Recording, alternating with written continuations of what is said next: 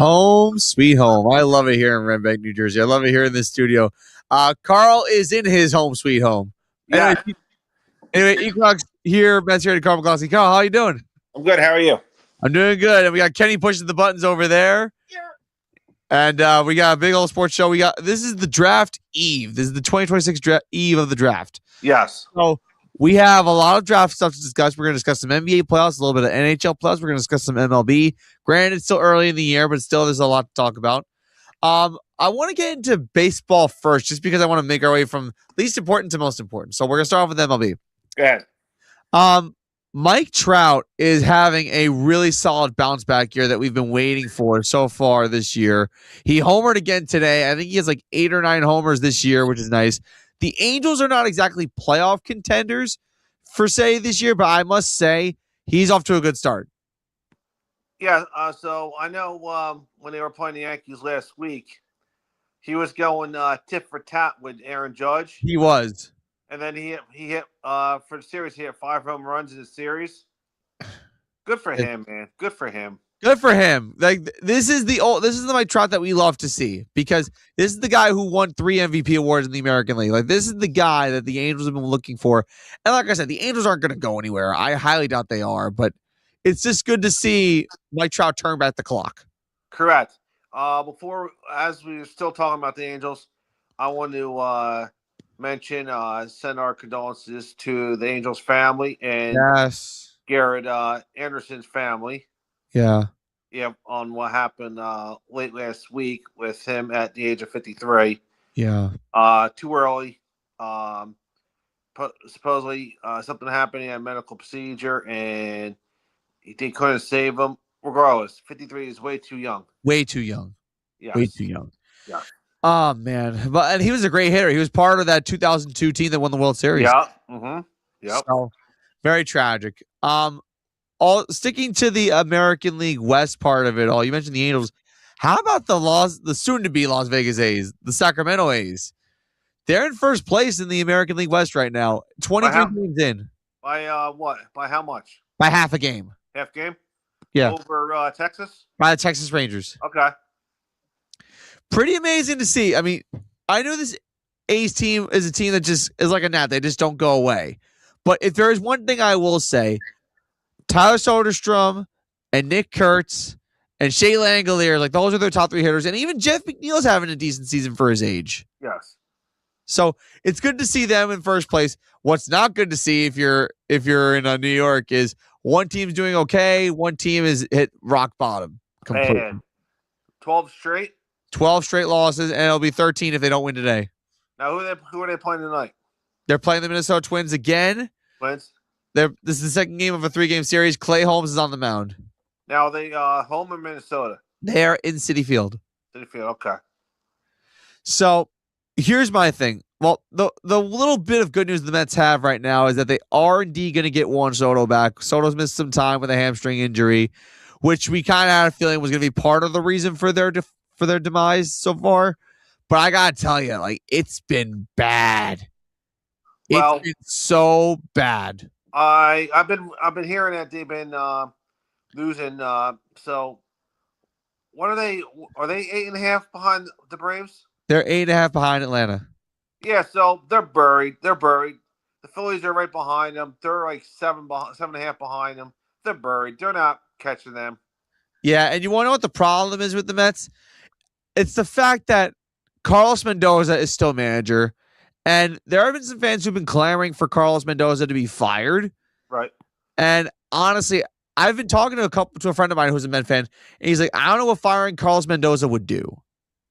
I'll tell you what it would do. What's that? It would give you a better chance of getting a manager that's actually competent.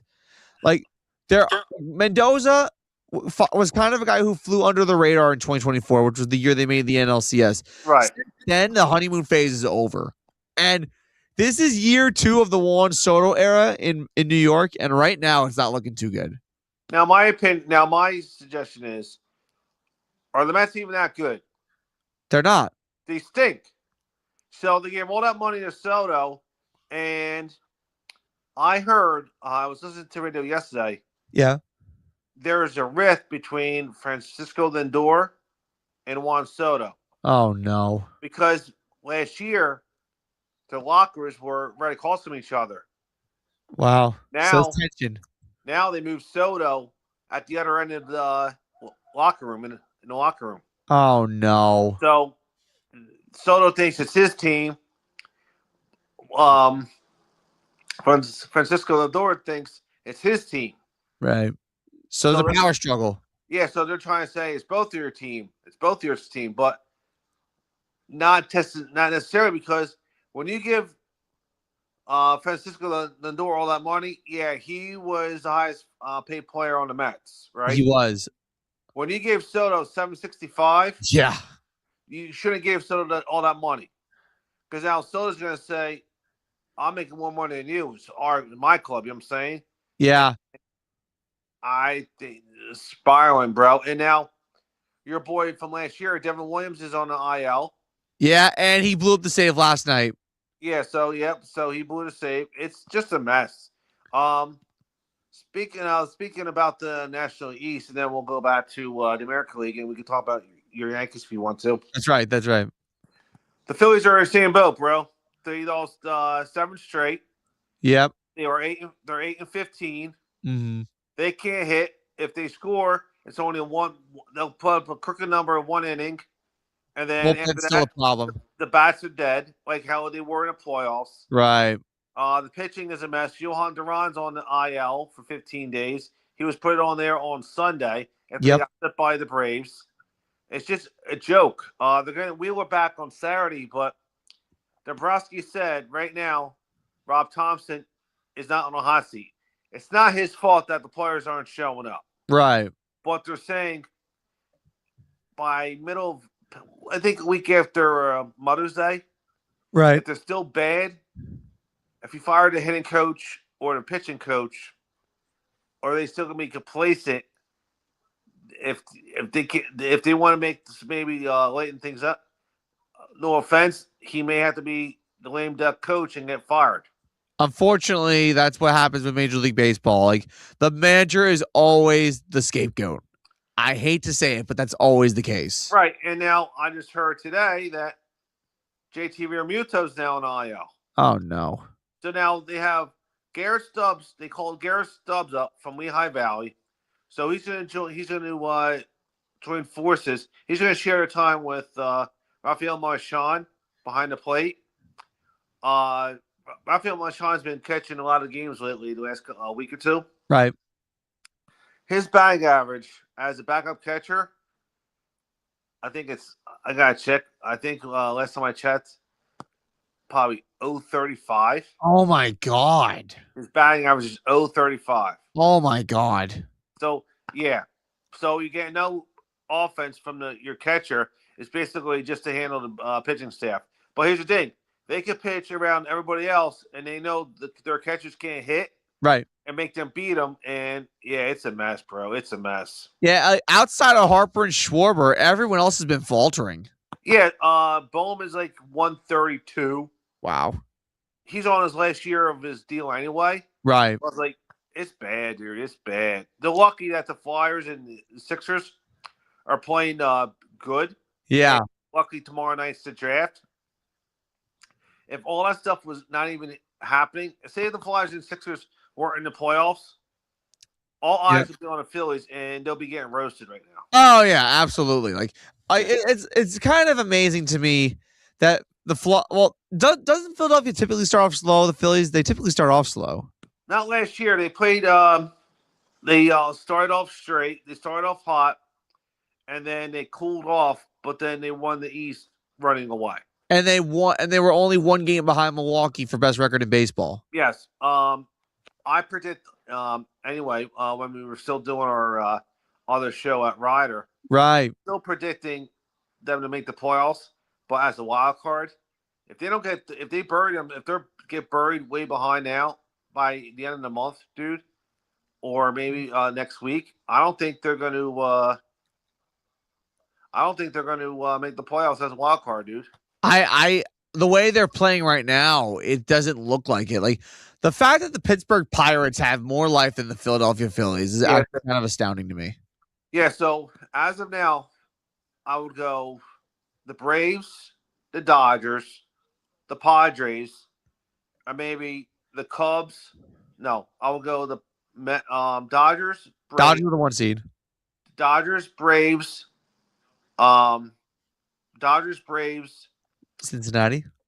No, so I'll do Dodgers 1, Braves. Braves are going to be 2. The third one, the Padres are going to make the wild card. Yeah. And then right now you have the Reds leading the division, I think. Yes, they are. You have the Reds, then the Brewers, and then the Cubs or the Cardinals. Yeah. Because I don't see Is he Giants doing anything? Giants ain't going to make it. The No. Diamondbacks ain't going to make it, and the Rockies ain't going to make it. Well, it's a shame. It's Tony Vitello's first year in San Francisco, and it's gone very south. Yeah. Like very, very south. And I get it, the transition from college to the pros is drastic, but you shouldn't be having this bad of a result this early on in your tenure as a major league manager. No. Like players are already complaining. Players have kind of given up already. Like it's not good in San Francisco.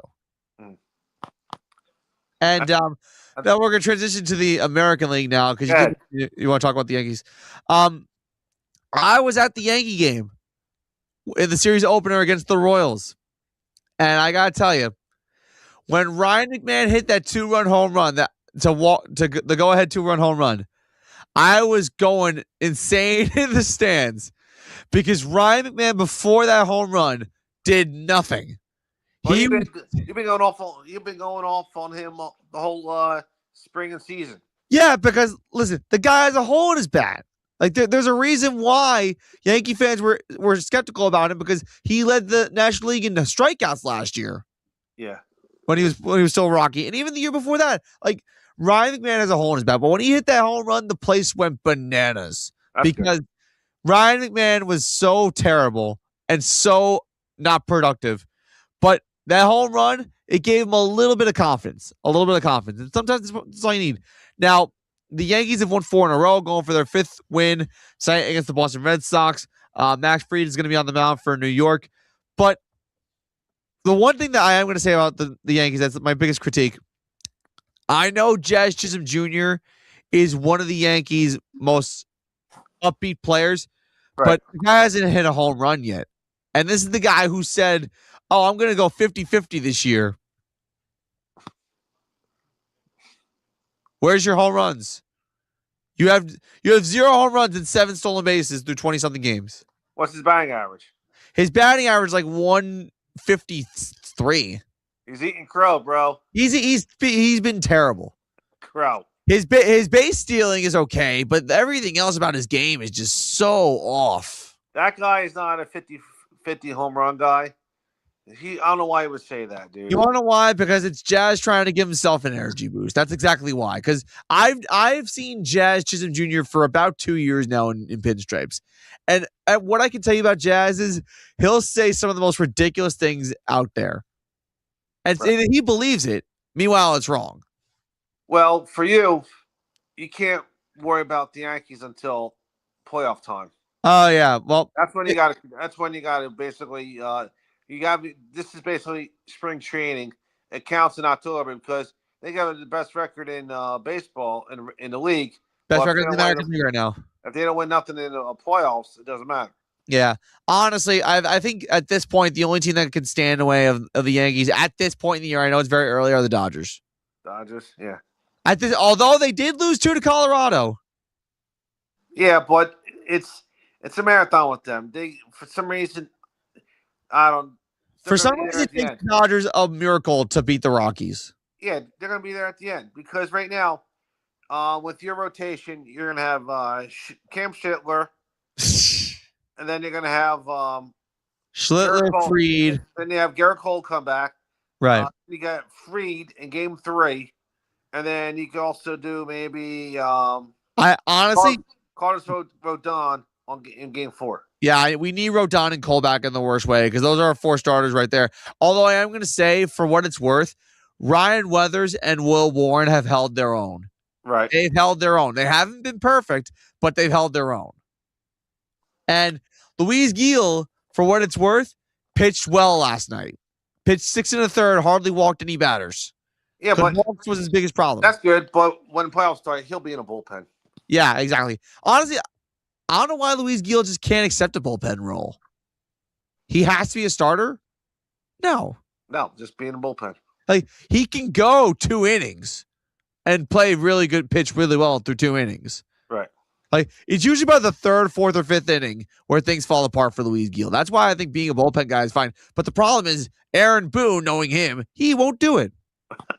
He should. He won't. That's his biggest problem. So you know your Yankees because you follow them. Oh yeah.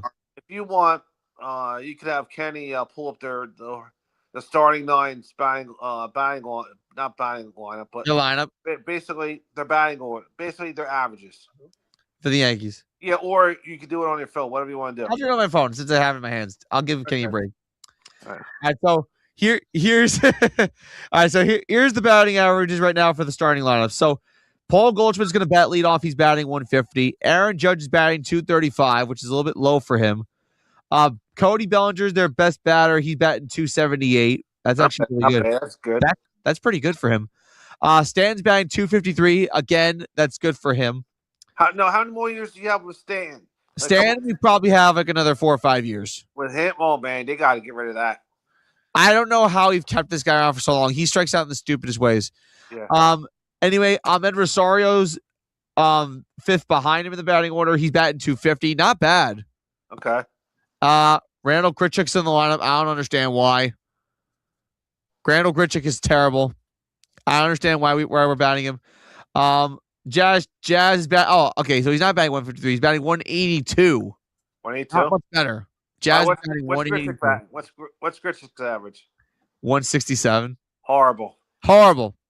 Why we even got this guy? I don't know. Also, batting 8th and playing shortstop, Jose Caballero, who's been playing very well at shortstop, and he's been getting key hits whenever he needs to, and also working his walks and stealing bases. And then the 9 hole is Austin Wells at 185. Horrible. $185. So what is Caballero's? Caballero's batting 234. Okay, now not bad, but 234 is not bad. But if you were batting 185 and you were a starting catcher back in the day, your ass should be on a bench. Yeah, exactly. So I'd rather have someone hit 270, 275, puts the ball in play, instead of somebody who hits $185 and has 20 homers. I don't understand why we've kind of lowered our standards for baseball players. No. Like, if you were batting 185, like Carl said, like, you'd be riding the bench. Yep. So not for one game, I could be riding the bench for a week. Right. Or they'll send me down to the minors to get my swing and average back up. Yep. Exactly. Yeah. So that's the state of baseball right now. We're going to go over to the NBA now. We're going to go over the current state of the NBA playoffs. We have 2 series that are tied at 5 series that are tied at 1-1. The only series that are not tied at 1-1 are the Cavs and Raptors and Lakers and Rockets.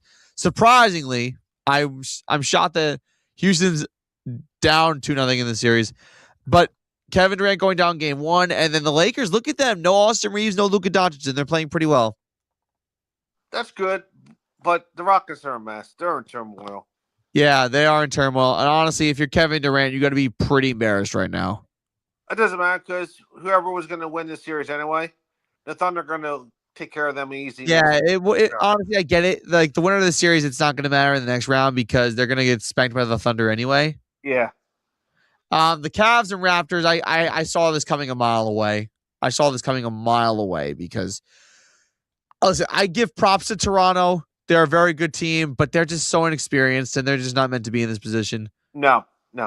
Like, now if they keep playing their cards right and they continue to improve, then maybe they'll get better. But This is just not their year. Correct. Now the big game is the Pistons and Magic tonight. Yep. The Pistons can't go down 0-2. Yep, and then they have to go to Orlando against the Magic team. I gotta tell you, that game against the Magic was shocking because the Pistons have not won a home playoff game since 2008. Right. They haven't even won in their current building. No. And the Magic had to come in. They played 2 playing games, and then they beat the Pistons wire to wire. Yes.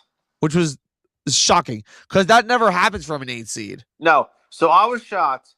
So they played the Magic. They could have beat the Sixers, but they didn't have enough firepower. No. At the end of the game. So okay, then they had another chance. Nobody was giving them a chance against the Hornets. Right. And they blew them out by 30. Yeah, they beat them by 30. So I saw at the end of the first quarter, they were up by 22 points. I said, what? That was stunning. I was like, what? Right. So they were saying the Pistons are favorable matchup with the Magic. Well, I thought that when Cade Cunningham was out because he was recovering from a collapsed lung. Yeah. But Cade is fine. That's why I kind of wiped that away. But I do agree with you on one thing. The Magic are playing with nothing to lose. Yes. And those teams are the most dangerous. Yes. So if the Pistons win tonight, then I still think the Pistons will probably win in 6. Yeah. I still think Detroit wins. If they lose tonight and to go down 0-2, they are going to be in big time trouble. Yeah, down 0-2 when you lose both games at home, that's a problem. Right. And actually, if I was Cleveland, I would hope that the Pistons get eliminated by the Magic. Right. Because you take care of them, you play them in this semifinals, and that's the way for Cleveland to get into the Eastern Conference Finals. Correct. And you're most likely going to be facing Boston because Boston. All right, I'm gonna pump the brakes on what I was about to say. Good. Philadelphia Sixers fans were chanting, "We want Boston" after the playing game against the Magic. Yes. They get spanked by 35 the first game. Second game, I don't know what happened. And why? I guess Boston had a bad night, and Philadelphia took advantage. Well, you know what Joe Mazzulla likes to do? He wants them to shoot too many threes. Yes. He wants them to make rain. They didn't make them last night. So here's the thing. Game 3 is Friday night. Yes. Friday night will determine if it'll be done in 5 or it's going to be a good long hard fought series. Yeah. If the Celtics win Friday, but only win by maybe 5, say if they win by under 10. Say if they win by under 10 points. They don't win if it's under by 10, close game, then it's going to go farther. If they blow them out, but here's the thing. It's in Philadelphia. They could get blown out on Friday, but the Sixers could come back and win on Sunday. That's a good point. But one thing I will say is, and you know this very well, Philadelphia sports fans are going to be jamming the freaking Wells Fargo Center. Or it's not the Wells Fargo Center anymore. I don't care. Xfinity Mobile Arena. Xfinity Mobile Arena. Yeah. Yeah. I hate that name. Yeah. Anyway, but like Sixer fans are gonna jam the building. Yes. Because it's Boston. Yes. Arguably the best team in the Eastern Conference. Yes. And you want to get in their head. You want to get in Jason Tatum's head. And you mentioned Joe Mazzulla. If he tries to make it rain, and he's going to try to make it rain threes. Yes. Yes. Because that's what he wants. Yes. Especially on the road. That's what they love to do. Yes. If their plan backfires and Philadelphia wins, Boston's is in for a fight. Yes. And honest to God, I think that 2 geographic rivals, you kind of expected this, but the way Philadelphia was playing, they didn't play like a 7 seed the first game. So it was like, wow. Yeah, they played like a 8 or 9 seed. Oh, God, they played terribly. Yeah, last night, Maxey closed the game out, but Edgecombe and Maxey, perfect. Perfect duo. Honestly, Joel Embiid could take a back seat at this point. Well, they're saying at some point he's going to come back and play in this series. Oh, my God. Yes. Oh, boy. Joel Embiid just adds more fuel to the fire. And Game 3 tomorrow night is tricky for the Knicks because now the ATL. That's right. Yes. You want to know something? Now that you mentioned the Knicks, I gotta say something about that. I don't know what it is about the first round of the playoffs where the Knicks just get in their own heads. Yeah. They were up by 14 in that game against Atlanta, and they choked it away. And CJ McCollum, who doesn't even look like a guy who could be a villain, has been playing very dirty this entire series so far. In the 2 games in Madison Square Garden. He's been dirty. So tell me how dirty? Just like this play? Is he going his play?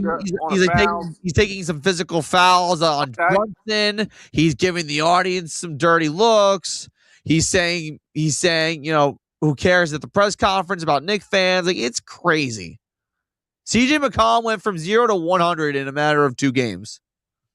But I gotta give the guy credit. If I'm gonna foul you, I'm gonna foul you hard, and you gotta basically make your free throws at the foul line. You know what I'm saying? And he's been great at the foul line. I'm just amazed by this because, yeah, it's Atlanta, but they don't have Trae Young anymore. They got better without when they traded him. They did, ironically. They did get better when they got rid of him. Yeah. I guess Trae Young was a ball hog and didn't really want to give anyone else some minutes. That's he was a ball hog, dude. He was. Yeah. So good for Atlanta. They're balanced. But honestly, Knicks fans don't want to hear me because I've been on the Knicks bandwagon this entire series because I'm a Nets fan and Net fans are being harassed by Knicks fans to join them for the playoffs. Right. So I'm in a little bit of a corner here. Now we're going to go to the Western Conference, a series that I thought was going to be really competitive and is looking like that so far. The Minnesota Timberwolves and the Denver Nuggets, 2 heated rivals, looking like it's living up to the hype so far. Tied at 1. Minnesota was down 19 in game 2, and they came back and won on the road in Mile High. Down by 19. Yes. Now, was it early in the first half or the second half? It was early first half, late second half. Wow. Yeah, it's kind of amazing because I had a feeling this was going to be competitive because Anthony Edwards is one of the better postseason players today in the NBA. Right. And their defense knows when to turn it up. Right. But to make Nikola Jokic look silly late in the game, that's what really shocked me.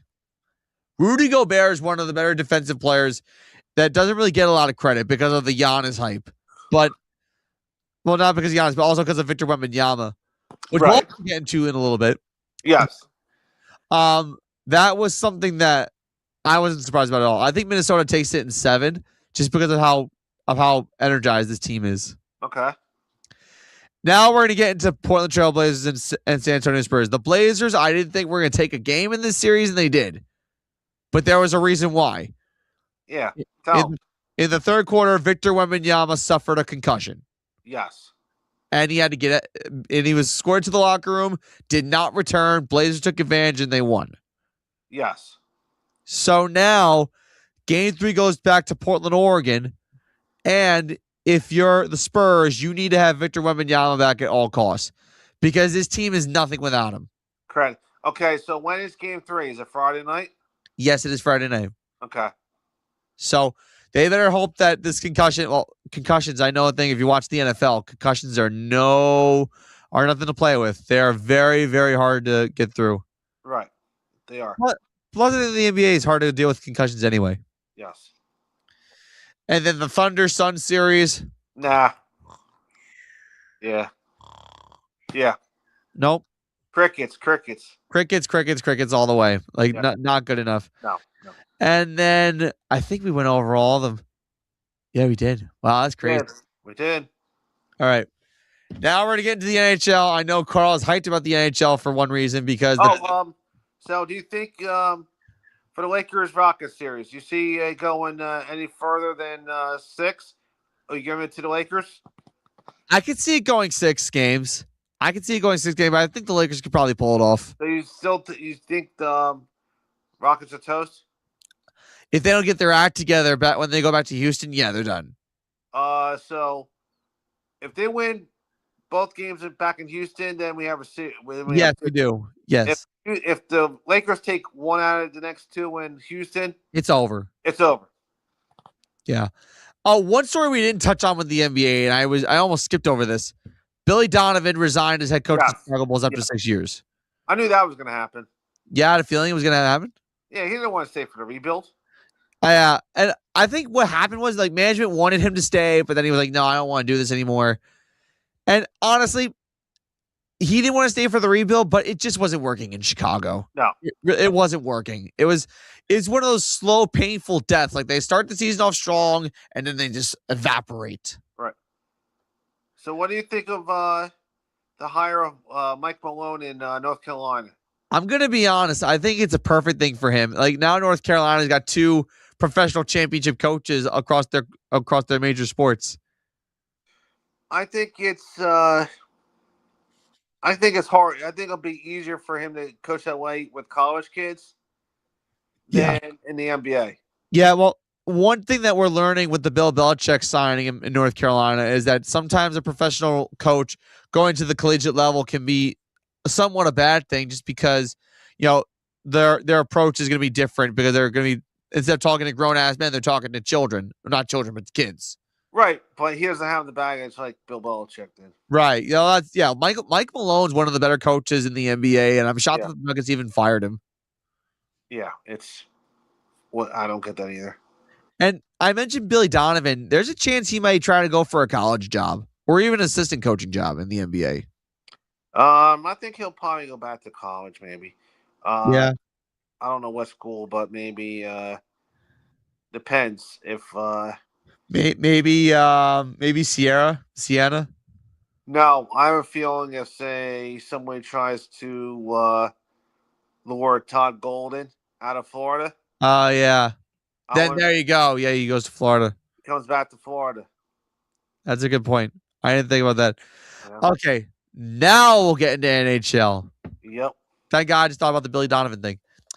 The Flyers in the Battle of Pennsylvania are up 2-0 right now, and they have been so physical those first 2 games in Pittsburgh. Yeah.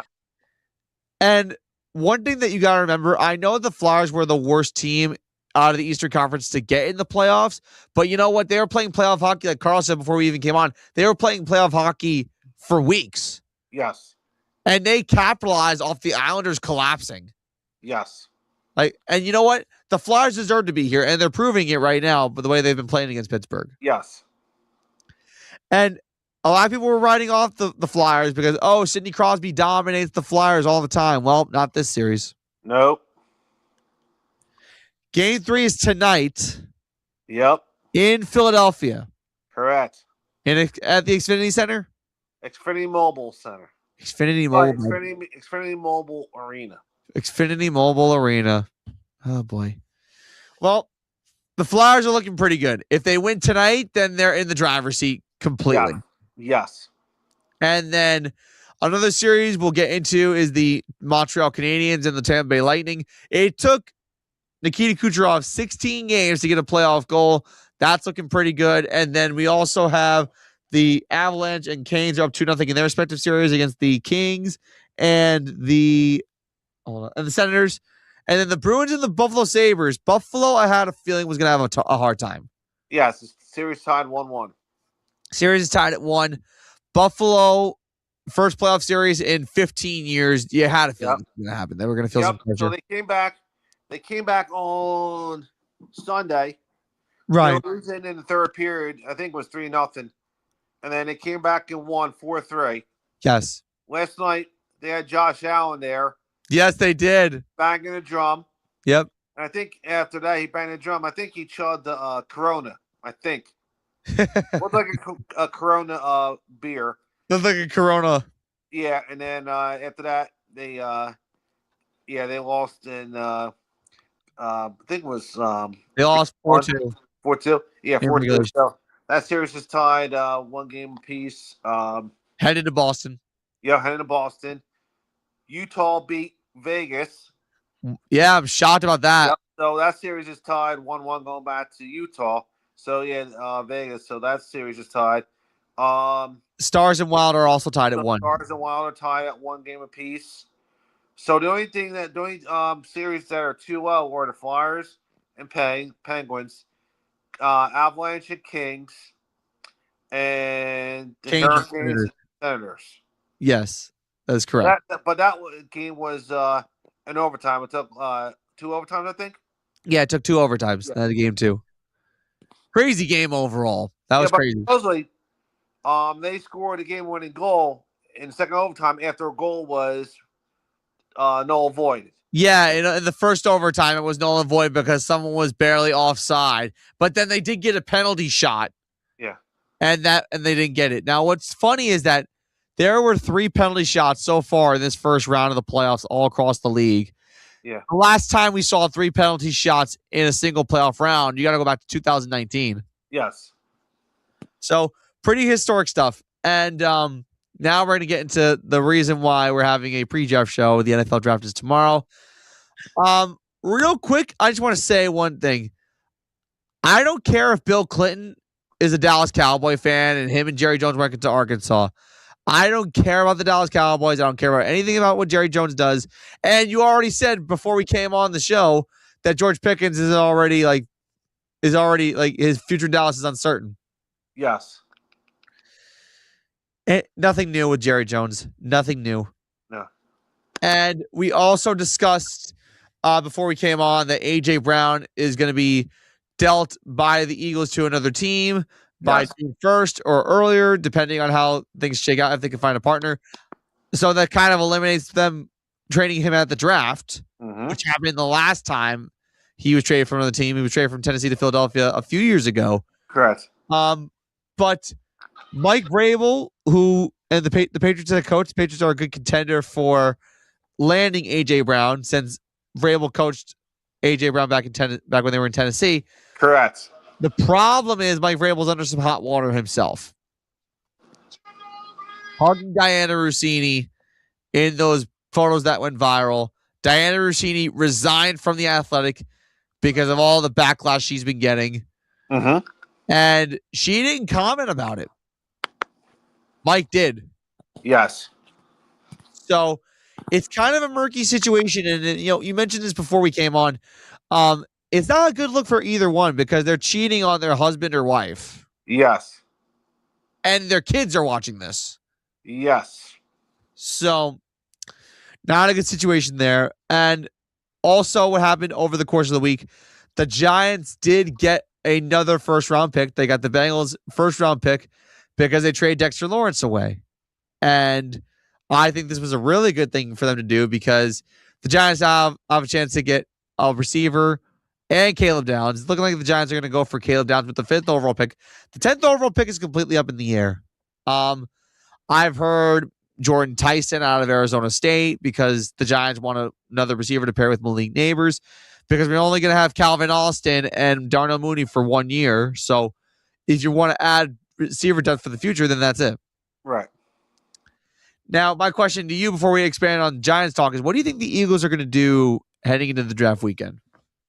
I think they need one type priority is trying to get a tight end either tomorrow or Friday.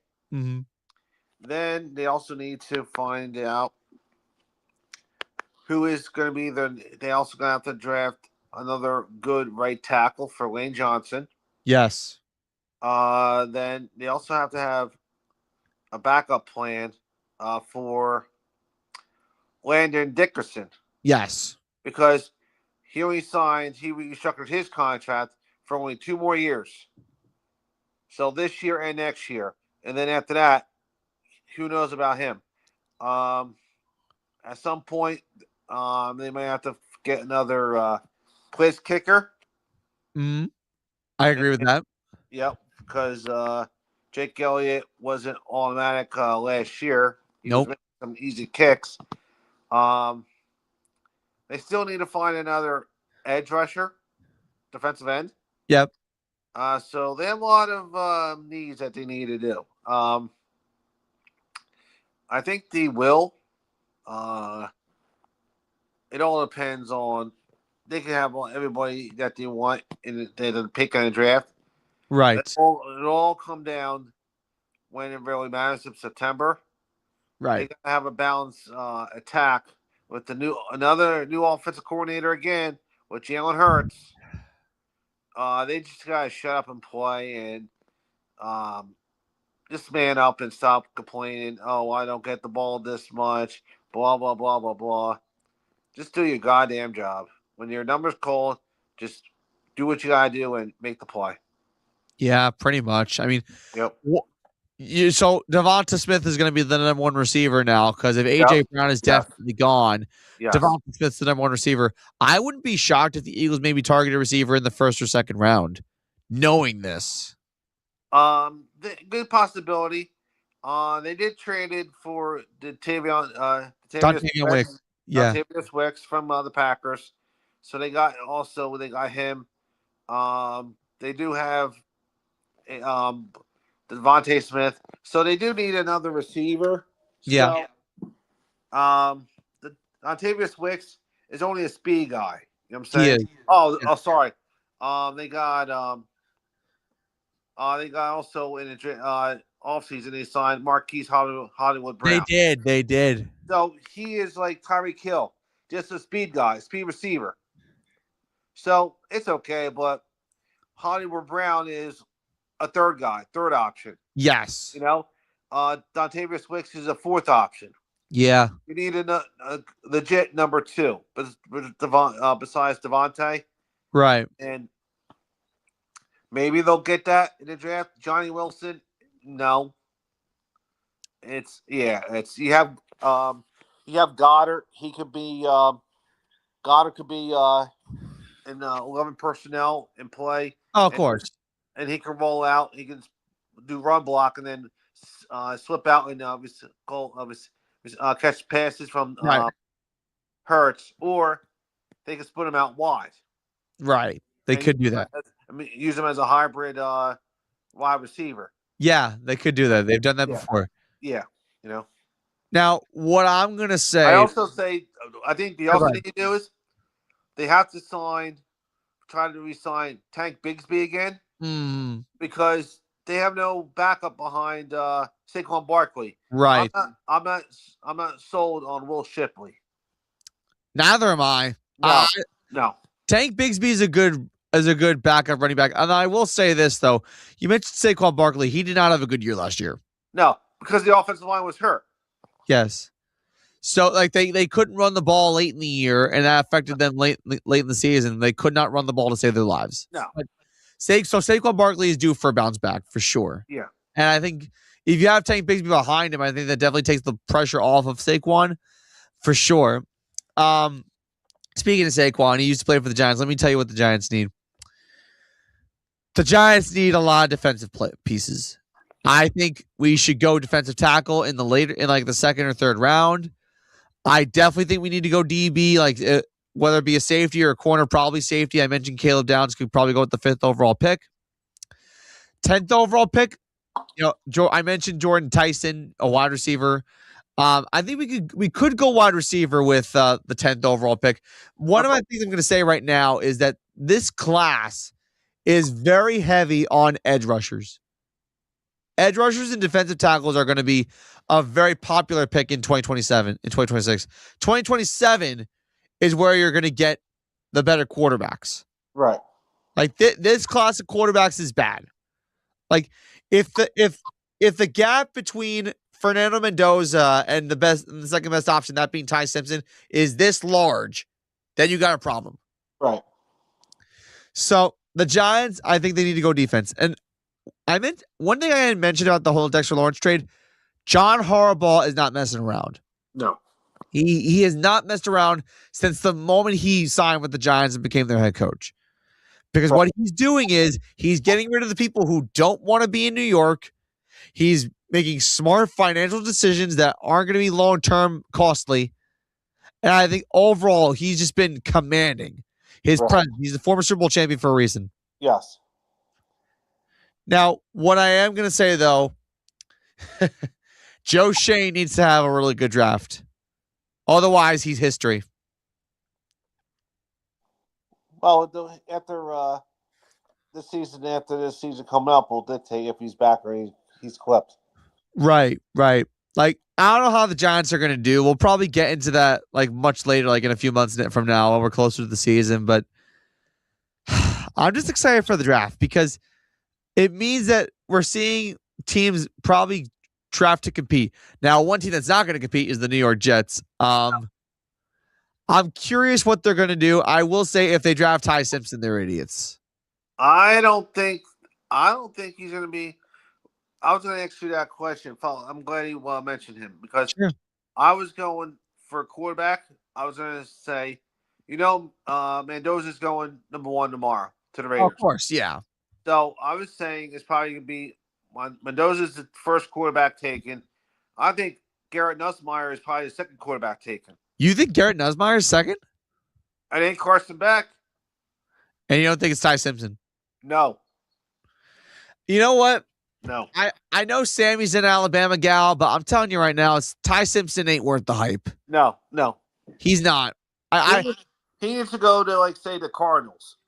Yeah. He needs to go to the Cardinals and just learn on the Jacoby Brissett because Arizona doesn't care. He can't go to the Jets. Do you imagine all that scrutiny he'll deal with all the media up there? Yeah. The New York market is sink or swim. You're either going to thrive or you're going to do very poorly. There's no in between. Now, so your dad's team, his Steelers are going to be signed to Rodgers again. I don't think they should, but they are. They're going to re-sign him again. But to another 1-year deal. They should tell him, okay, Aaron, this is okay. We want to have you back, but this is it. Yeah. They got to start working on Will Howard. They should draft a quarterback with what they have. If the quarterback is available, then you should pick him. Yeah, but what about Will Howard? Dude, I don't. Nah, man. Not high on him? No. Oof. I'm not high on him. That's harsh. That's pretty harsh. He's a good college quarterback, but I'm not sold on him, dude. I think I understand why, though. I think it's because Ohio State quarterbacks never do well in the NFL. I'm not sold on him. You had You had besides Herb Street, but he never played in NFL. You had after him. I can name all the bad Ohio State quarterbacks that have come to the NFL. Troy Smith. Oh yeah, Troy Smith was one. Troy Smith. Mark Schleister. He was after Herb Street. I can't. Greg Fry. He was before him. Yeah, Kent Graham. Kent Graham was a backup. Yeah, but they pick on him a lot in the NFL. Kent Graham started with the Giants, but then he was a backup. At least he was in the league. Right. Then Mike Tomczak. Mike Tomczak was a backup. He played in 19. He played in the late 90s, early 2000s. Joe Germain. Oh yeah. Not even close. What's his name? He won the championship in 2002 for them. Oh. They beat Miami. They shouldn't have beat him. I know who you're talking about. I just can't remember his name. Craig Krenzel.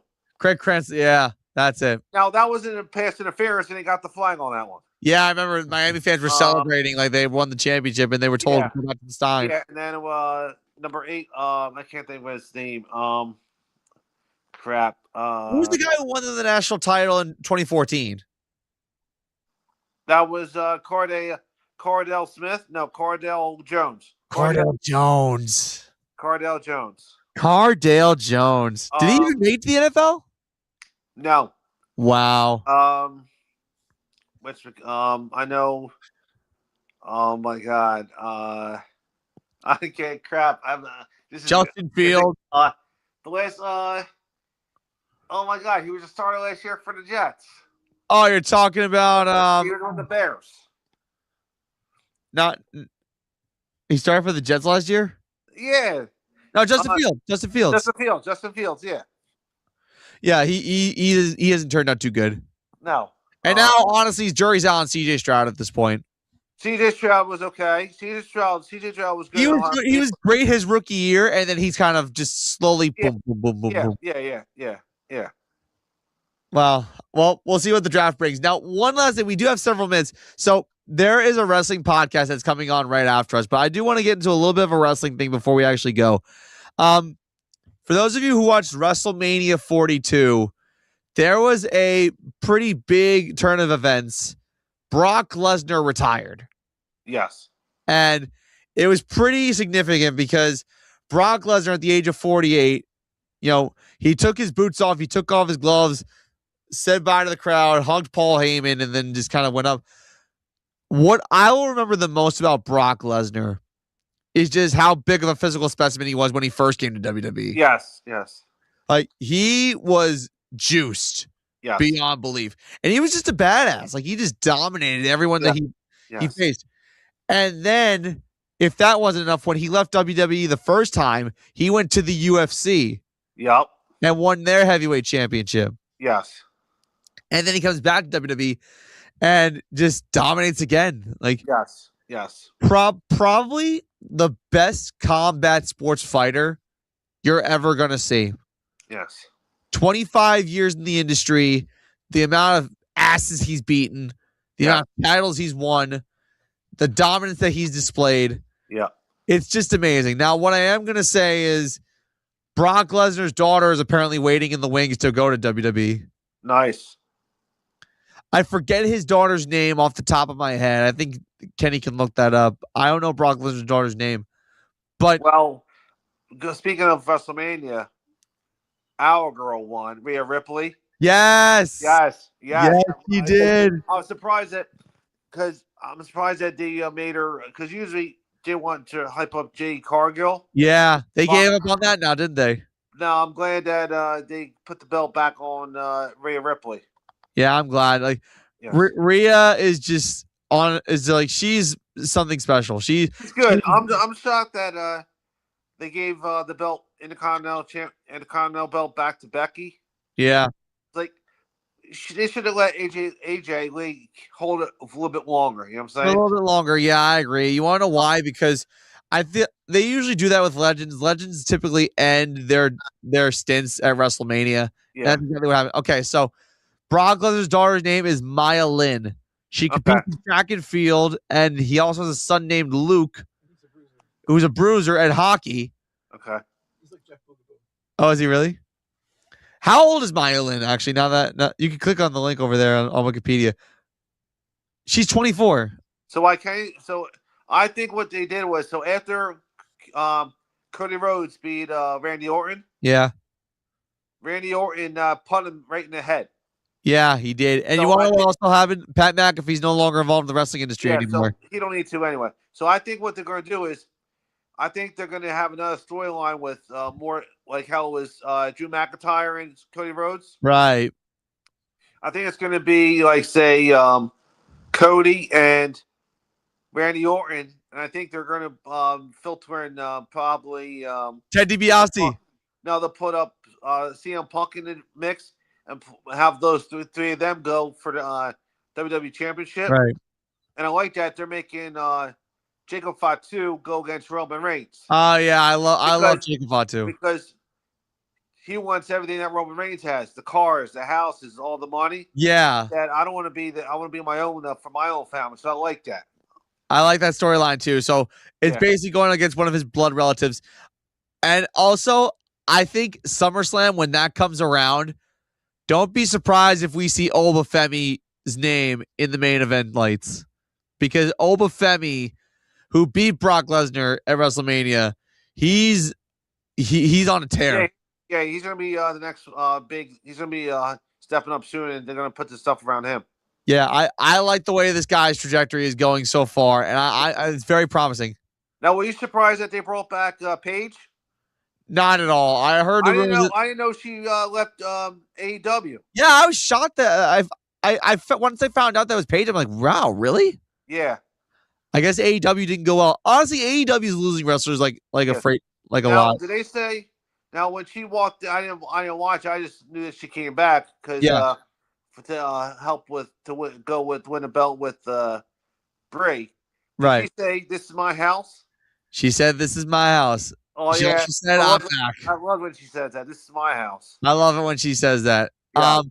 I also want to say one thing. So WrestleMania, this was the first WrestleMania to be streamed on ESPN. You were able to watch on ESPN2, I believe, but you could watch it on cable TV, which is shocking because it's typically on pay-per-view. But because ESPN and WWE signed that big contract, ESPN could do whatever they want, and they had WrestleMania on, which was kind of cool, I guess. They had it on ESPN too? They had it on ESPN too. Oh man, both nights? Both nights. Oh man, I had friends and family over on Saturday. Okay. So I was watching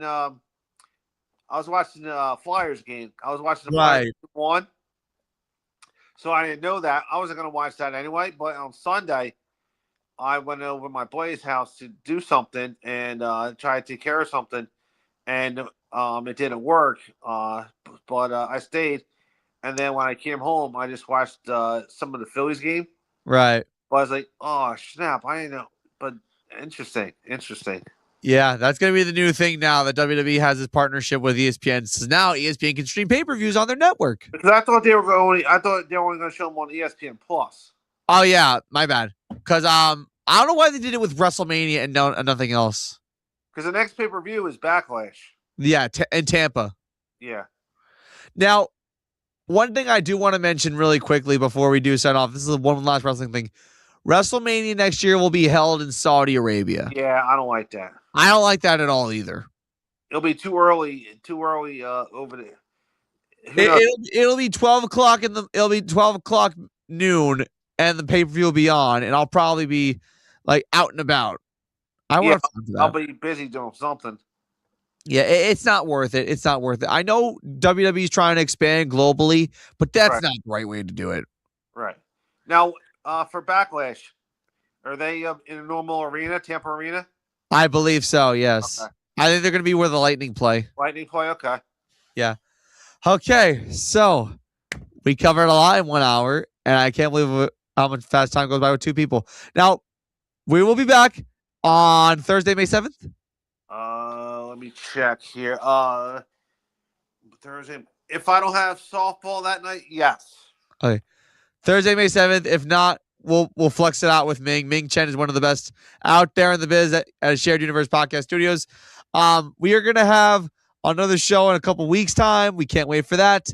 But anyways, from Siriani, Carl Maglowski with Kenny pushing the buttons. Thank you so much for watching Equinox. Like SpongeBob's grandparents always says, old people are the greatest. They're full of wisdom and experience. Take care, everybody. Have a good night. Good night.